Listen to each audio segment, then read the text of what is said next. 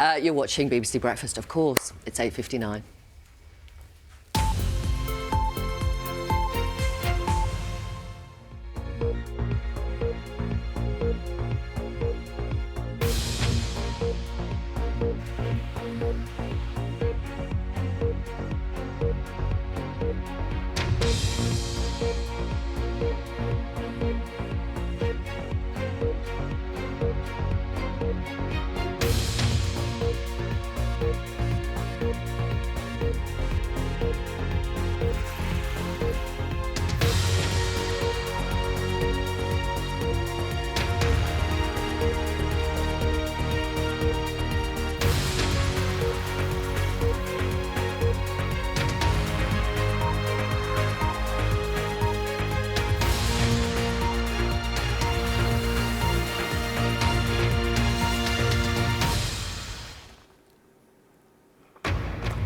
This is BBC News. I'm Lukwesa Burak with the latest headlines.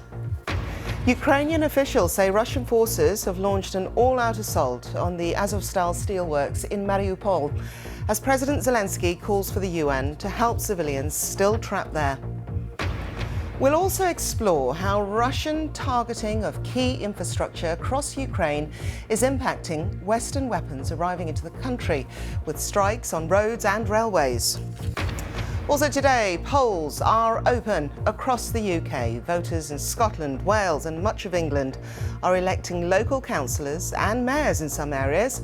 Meanwhile, people in Northern Ireland are choosing a new assembly. Energy giant Shell has reported its highest ever quarterly profits, making over £7 billion in the first 3 months of the year. That's almost 3 times the amount it reported the same time last year. Interest rates are expected to rise again. Analysts believe the Bank of England could increase the base rate to 1%, the highest level in 13 years. The Japanese Prime Minister is visiting the UK with the crisis in Ukraine and a new defence partnership high on the agenda. Fumio Kishida is due to speak in the next few minutes before government meetings later today. And coming up this hour, meeting some of nature's newest arrivals. A new study following grape pits near Oxford suggests that spring is starting sooner.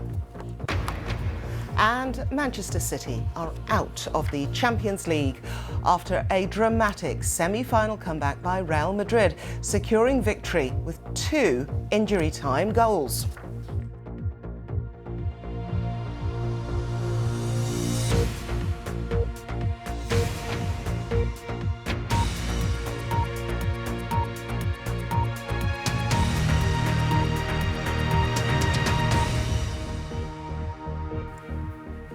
Hello and welcome to BBC News. Ukrainian officials say Russian forces have launched an all-out assault on the Azovstal steelworks in the besieged city of Mariupol. Around 200 civilians are still believed to be sheltering inside. Moscow says humanitarian corridors will shortly open for 3 days to allow people to leave. Meanwhile, a Ukrainian commander claims that Russian troops have entered the tunnels under the site to try to crush the last pocket of resistance in Mariupol. Now, the hope is that civilians will escape the area during the coming days, but Ukraine has previously accused Russian forces of continuing attacks after announcing ceasefires. Meanwhile, an investigation by the Associated Press suggests as many as 600 people were killed when Russia bombed a Mariupol theatre back in March. That would make it the worst known loss of life in a single strike since the invasion began. The BBC's Mark Lowe has the report.